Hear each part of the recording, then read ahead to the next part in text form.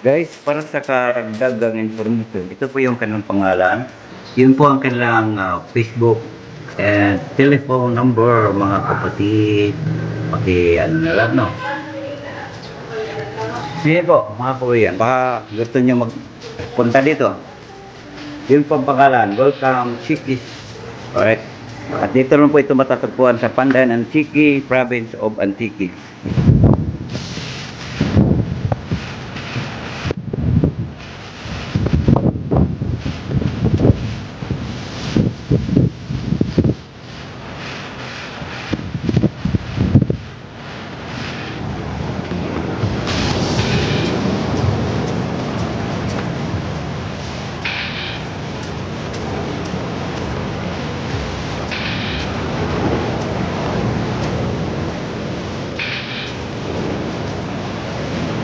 Yun po ang Chiki's Seaside Place. Ito po ay pwede tayo dito mag 1 day, 1 week, 1 month. Bahala tayo kung anong kailan tayo mag alis, pasok, check-in. Basta yun po ang July 11, 2025. Ngayon po ako po ay muli nakapag-vlog sa lugar na ito. Subalit malaki na po ang pagkakaiba. Dahil dati ang dalampasigang ito ganito lang nung araw. Subalit ngayon 2025 ay mayroon nagawa ang gobyerno ng Biwok. Dahil dito, yun po ang dikis na ating pina-vlog nung araw. At itong lugar natin dito, buhangin pa lang po ito. Ngayon, ginawa na nila ng seawall. Ang tawag ng iba dito ay Biwok or Boulevard. So, tayo ngayon maglalakad sa Boulevard, mga kaubayan. Update lang po ito, mga kapatid. Dahil nanibago lang po ako nung 2022 dito ako naglalakad sa buhanginan. Yan, sa buhangin na yan. Eh ngayon wala nang buhangin dahil simentado. Dahil yung ang ginagawa ng gobyerno pagka panahon kasi masama ang kalagayan, halimbawa maulan o ay bagyo, itong alon na ito mas malaki pa diyan.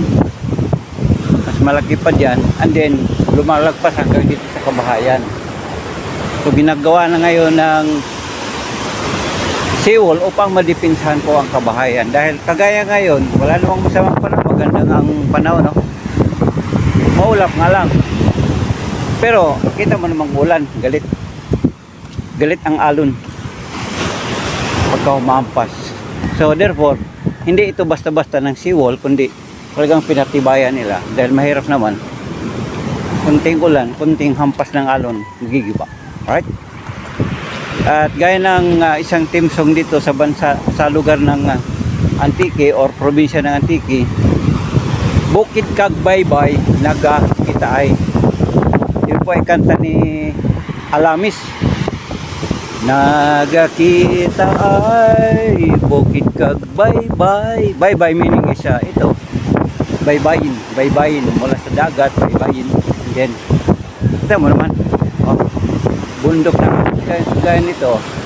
Bagamat ito ay kakahuyan, subalit ito po ang banda roon ay kabundukan.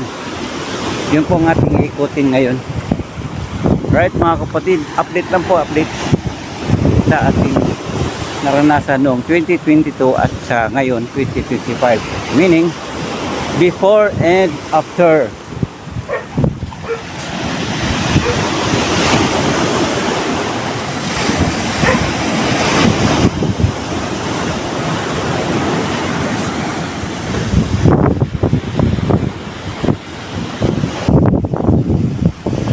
So yun nga po guys, mahaba na hanggang doon na sa unahan na, malayo na masyado. Siguro kung susukatin natin mula dulo hanggang sa kabila, hanggang dito, more or less siguro 1 kilometers ang abutin sa sukat kasi mahaba-haba na po ang nagawa ng gobyerno. Subalit nung araw guys, dito lang po yan banda. Itong mga nakatrapal dito nung araw, way back 3 years ago, ay puro ito mga store, tindahan. Yan. Sa banda rito mga kaibigan, mga kababayan,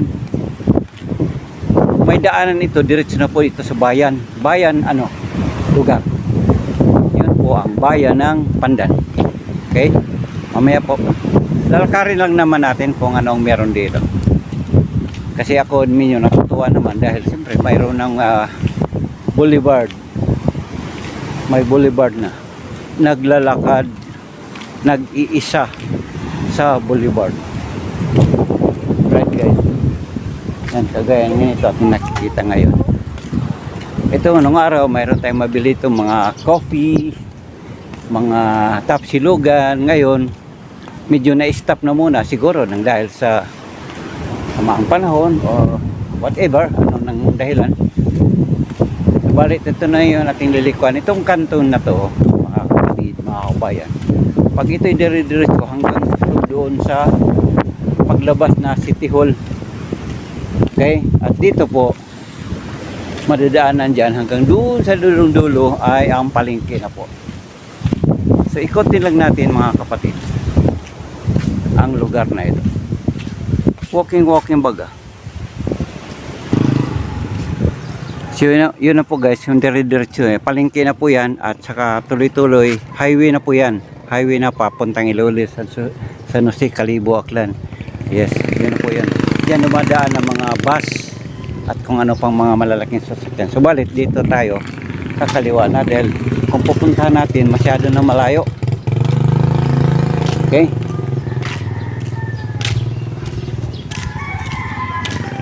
So, ito yung atin naman is update lang naman.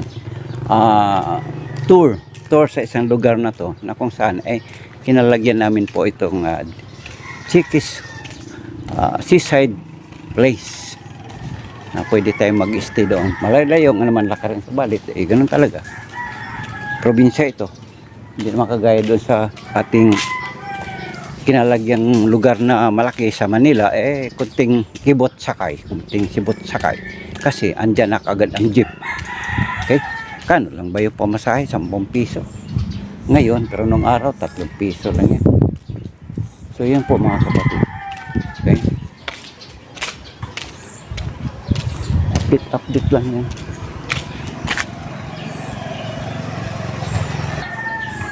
So yan, naghanap ako ng pang-ahit sa ating bigote. Wala. So yan po ang isang kaibahan sa lugar na ito. Maraming wala. Compare sa ating lugar na pinanggalingan, malaking lugar ng Metro Manila, ay pagka pupunta tayo sa isang lugar is mayroon na agad.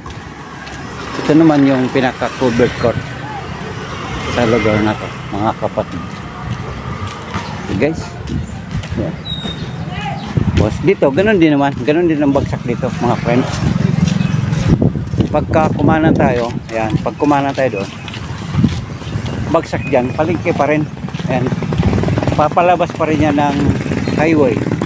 Highway pa rin ang labas niyan. Pero tayo nga ibabalik na sa ating pinanggalingan kasi baka hanapin tayo dahil it's already 12 noon. 12 noon. Oras na po ng check out. Alam mo naman kasi sa hotel, check out na kagad pagdating ng alas 12. At kami kasi gusto naming lumipat sa ibang lugar.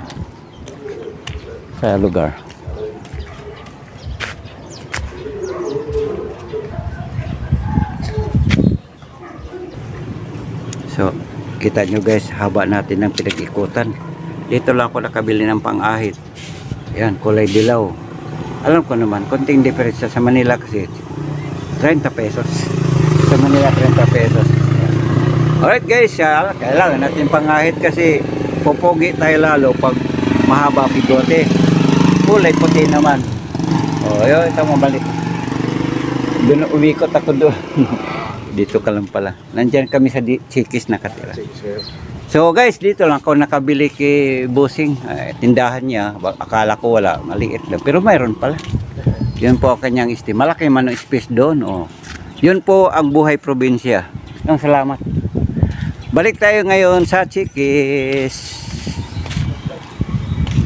Okay. Yan. Yun lang po guys. Kita mo naman. At least yung lugar niya okay naman. Yan ang kagandahan sa Manila kasi kahit ganito lang ating buhay basta't mayroong konting kabuhayan, yun pong importante.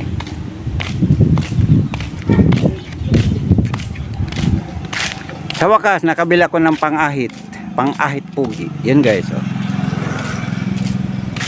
Dito, 35. Ay, mayroon doong mahal-mahal ng konti, 40. Iko, pwede na to kasi pangtanggal lang naman. 3, 4 na gamit, tapon na. Okay, so dito ako guys, ito na yung aking pinagintuan guys. Right? O, kita mo kapitbahay. Okay man dito kahit ganito, mababait man sila. Mabait. At dito guys, hindi uso Meralco. Karamihan dito guys, yan, ito min meter, di ba? Uso man dito submeter, ayan. Uso submeter. Pero, balik na tayo sa amin. Itong colored na lugar, ito ay sakop pa rin ito ng Chikis parking space nga lang. Parking space. Yeah. Ito guys, balik tayo ha. Yeah. Chikis parking lot. Okay? Bakit may parking lot? Chikis. Kasi dito man kami nakatira. Ayan. So dito lang po yan sa Chikis mga kapatid. Alright, so hanggang dito na lang kasi nakaikot na tayo. Gandang araw. Salamat sa inyong pagsubaybay, sa pagsama sa akin. Hanggang sa muli. Salamat and bye-bye.